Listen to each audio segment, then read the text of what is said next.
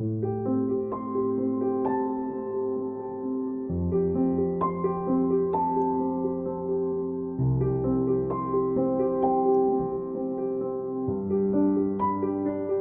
going out, no more gym, no more subways, which is great. I've gone through all the grieving stages. It started off with denial. I was then angry on why this was happening.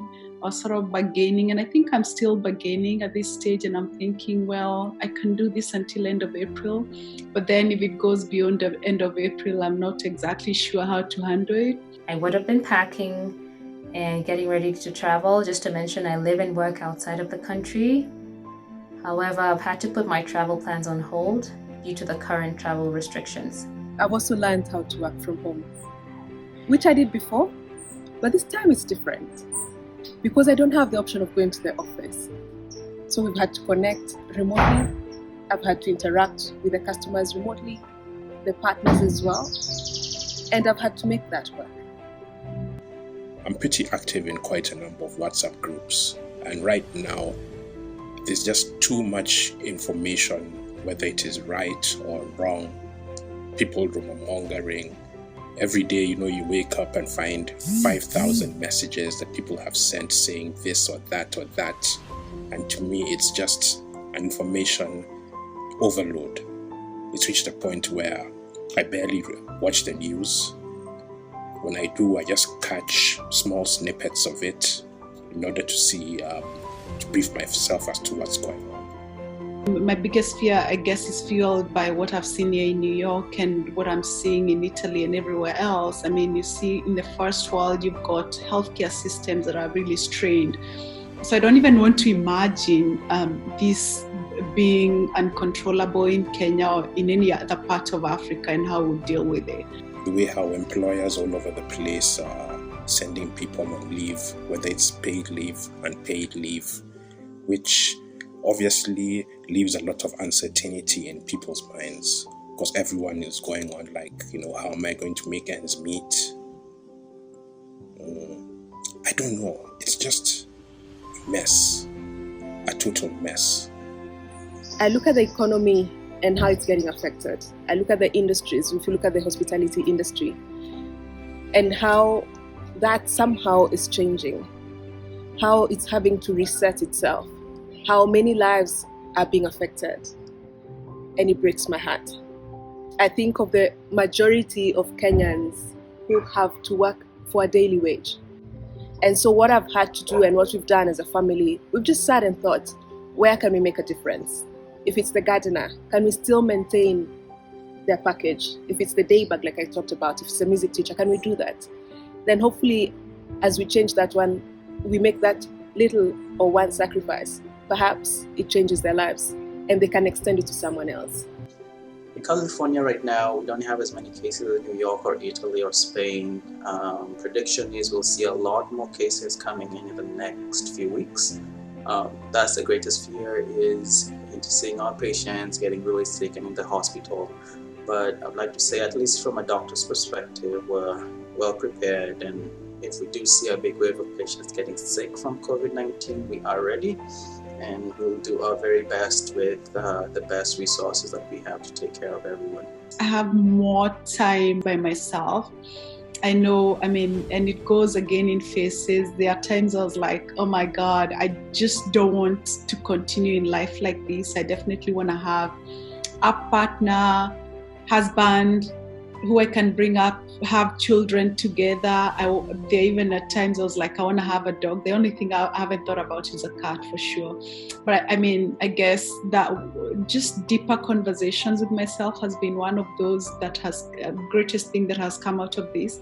Being the type of person that is constantly traveling, constantly on the go, just getting to spend that extended period of time with my family really has been a blessing. It's not something that I take for granted, and I'm very grateful for. I know the children are very happy that they can knock on one door and find either myself or their dad. Even though they don't have to spend the whole time with us, just the comfort of knowing that we are there. Now they don't ask anymore, are you coming before it's dark? Because they know somehow we are in it. For example, I'm pretty much a loner, and I like my personal space. So one thing that has happened is people are a lot more appreciative about people's personal spaces. I'm the kind of person who, would plonk on my headphones and get into my own kind of world. Right now, people are appreciating a lot more about what they can do on their own. It's been interesting to see people embrace hand sanitizing, thoroughly washing their hands, learning to cover your mouth when you cough.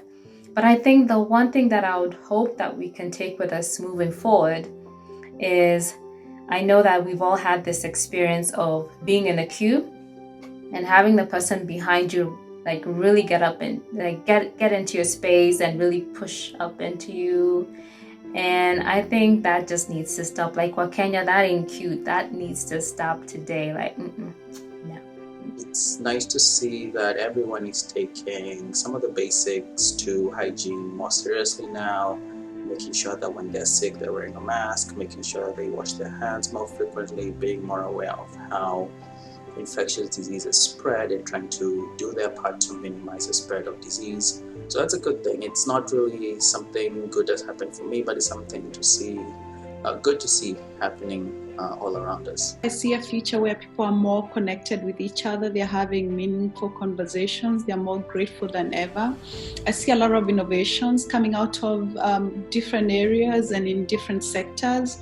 I also see as a nation, and I mean Kenya, in terms of just being self-reliant, more investment into agriculture, into the things that we can do locally, and really relying on our people to be able to deliver. The whole employment world, labor force is going to change. People are looking and seeing that there are so many jobs that can actually be done right from the comfort of your homes.